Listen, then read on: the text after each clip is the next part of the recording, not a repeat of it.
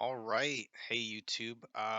It's Max. I am creating a video today because I want to talk a little bit about this idea I have called the onion model. And what the onion model is it's this way. It has to do with my world building hobby, but it's how I like to introduce characters to the audience. And I do it as sometimes. It's not really something that I practice a lot. It's more of this thought process I have in my mind. Like I don't like have a checkbox that says I'm using this onion model theory. It's more of just like something you keep subconsciously in the back of your mind when creating characters. And I do this sometimes with real people and real relationships as well. It's based off of actually this theory I learned in college called the social penetration theory. I'm not going to get too much into that because I don't remember it that well. I remember the gist of it, but I don't remember enough to really be an expert to really feel comfortable being like, this is what it is. So you can go look up social penetration theory.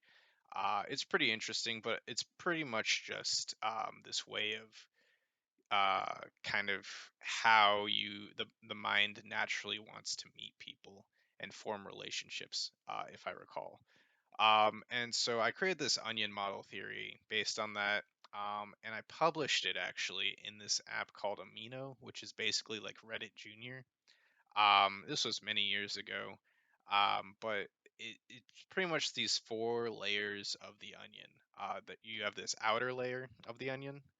You've got the first layer, the second layer, and then you've got the core of the onion. So four layers, and pretty much you approach relationships or characters as you kind of peel back each layer to reveal a little bit more about that individual.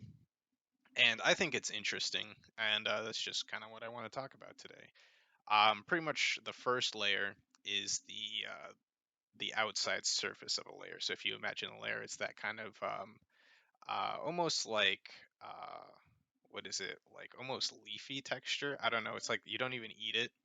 It's just kind of there to like kind of encase the rest of the meat of the onion. And it's the your first impression really of this person, of the character. So pretty much, whatever you see about the character, their skin color, their eyes, their hair, pretty basic stuff, but it goes a little bit deeper. I mean, you could say like, race or ethnicity. You could say like their height, their weight, their attractiveness. But I think it also talks a little bit about like their accent. So it could be like your first impression of like where they're from. Um, they could be a lot of stereotypes in the first layer.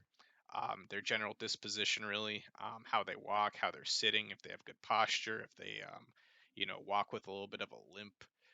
All these things that kind of form these kind of stereotypes about the person, whether or not they make eye contact, whether or not they bite their fingernails, that kind of stuff. So that's like the first layer, and I think that this is really most characters and most people. It's good to kind of acknowledge this kind of scene where you meet them for the first time and just sort of get the audience, if you're doing this intentionally, to get the audience to develop these stereotypes, or if you're doing it in person, just being aware of your own stereotypes that you're making about the person before you actually get to introduce yourself to them. Going in from the first layer or the outer layer to the first layer now. The first layer is really just the general information about the person. So after you've kind of seen them, you go up and you shake hands and you introduce yourself like, hi, my name is Max. That would be breaching into the first layer. So their name, and then just general kind of questions you would ask the person when you first meet them, like, what do you do for a living?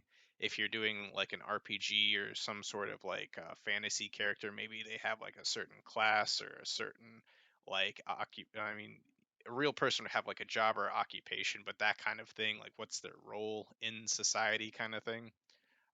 Any notoriety. So, like for example, if you're talking to like a prince or a princess and they have like this family name that means something special, You could even talk about like in real life with like the Clintons or the Kennedys or the Bushes. I know those are all like political examples, but pretty much what do you kind of think about when you hear that name? You could even think about like certain athletes. Like if you think of like I don't know, like Jerry Rice. I don't know why I'm thinking Jerry Rice, but Jerry Rice is like kid. You're like, oh, I know Jerry Rice. He might be a good football player. That kind of like association with like someone else who of your family who might um, be like famous or well known. Um, you could also talk more about like based on their job or occupation or what they're wearing. Even you might be able to now discern a little bit more about their socioeconomic status, how wealthy they are, um, pretty much anything about their hometown or where they're from, home country, and even who they're hanging out with. So if you are now talking to them, seeing how they're interacting with their friends, you could start to discern, oh, this person might be like an alpha of their friend group, or this person might be a little bit more shy or timid in their friend group. So just a little bit more information that's either reaffirming those stereotypes that you're kind of making, or kind of maybe picking apart some of the stereotypes that you're making. You might have thought, oh, this person dresses really flashy. He must be very confident in themselves, but when you start to talk to them, maybe they're really shy, and you start to connect the dots a little bit more. So that's the first layer. We've talked about the outer layer and the first layer. Now we're going into the second layer, and the second layer is something that's more about information you'd learn after a couple different interactions with that person.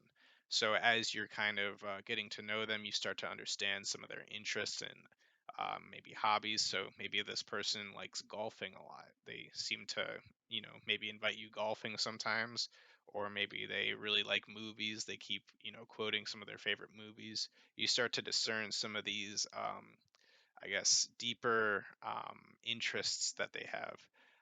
You might, this is kind of like with celebrities, right? So with celebrities, you kind of have this kind of stereotype of who they are.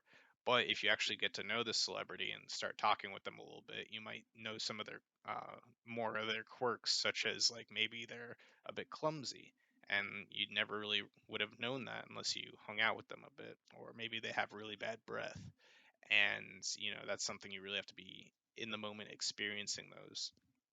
You might know after interacting with them a bit that like maybe that they are really adamant about the law and they hold it really sacred, or maybe they really love certain members of their family and certain friends that they have. That's really some things that some of them are a bit generic, but um, you start to learn those intricacies. uh, People that they care about, some of their closest friends, or maybe even if it's something like a pet peeve, like maybe they you have this grandfather clock in your house or something, and they are really annoyed by like the ticking of the grandfather clock, like those kinds of like small subtle details about the person that kind of start to reveal themselves over time. And then I guess the last layer, the core, this is more about those things that only really the closest people in their life would really know about them.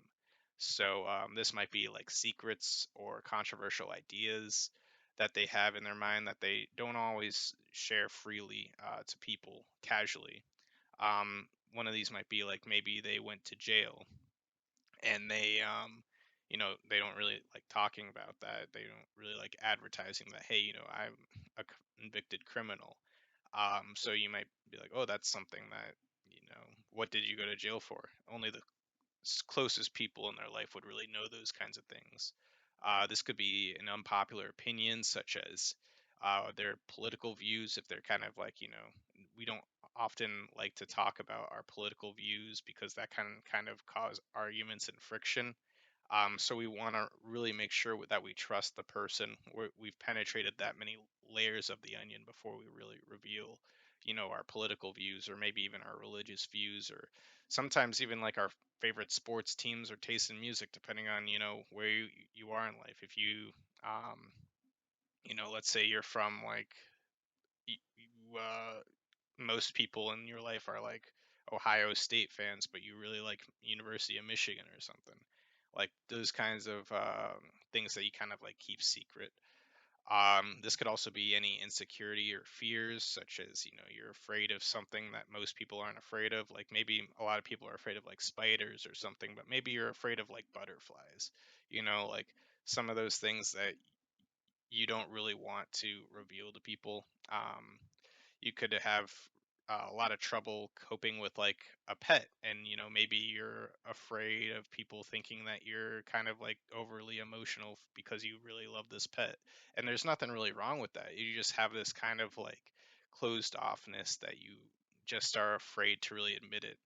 And I don't know, this is just kind of like some ideas that I'm kind of coming up with.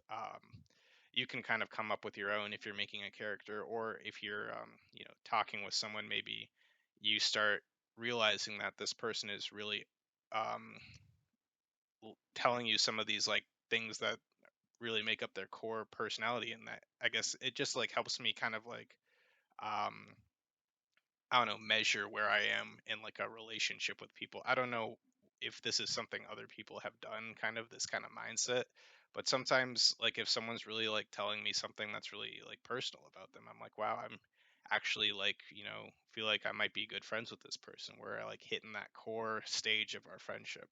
So I don't know, this is kind of a rant that I wanted to kind of have just to, share. Maybe some people this kind of resonates with them. Um, I like the idea of like this channel being something where like you can kind of learn something about me over time. I don't know if I'm really following this four layers of the onion for this channel as a whole, but I like to. I've been kind of thinking about that as I've been creating it, like how much is appropriate to kind of reveal about me. um, and I think this isn't really geared for strangers. Like I feel like maybe a stranger can come up and like stumble upon this YouTube channel and be like interested in it. But I guess really like I'm thinking more about like friends or family at this point who might stumble upon it. I mean, I've been kind of sharing it with some people. I have those League of Legends videos up that I've been talking openly about this being a YouTube channel, and even making jokes like, are you okay to like be filmed kind of thing. So I guess mostly my point here is just um, I think that this is a cool thing to think about. I'm still also just experimenting with this whole YouTube thing. Kind of like I said in the journaling thing, this is almost kind of like a just a cool way for me to record my own thoughts and just kind of look back at them later. And maybe I will look back at them in a year just to see where I was. And I think that idea is kind of cool. I also sometimes think about like, having kids one day, and maybe them having kids one day. And I never really met my grandparents. Well, I met my grandmothers, but like my grandfathers weren't really, they both died when I was either not born or young, very young. And I don't really have a whole lot of like memories of that, or, stories about them that kind of resonate with me. So I think that having this as a thing that I could pull up sometime and show people of, what I was like when I was in my late 20s could be something cool to look back on. I think it's cool when, my parents, especially, they have like photos of me as a kid. And I think that's just kind of something cool to, like I said, look back on. So, I don't know. I guess this is a good point to stop this video. Yeah, the quality for these is still kind of just, laissez-faire, if I'm even using that correctly. But,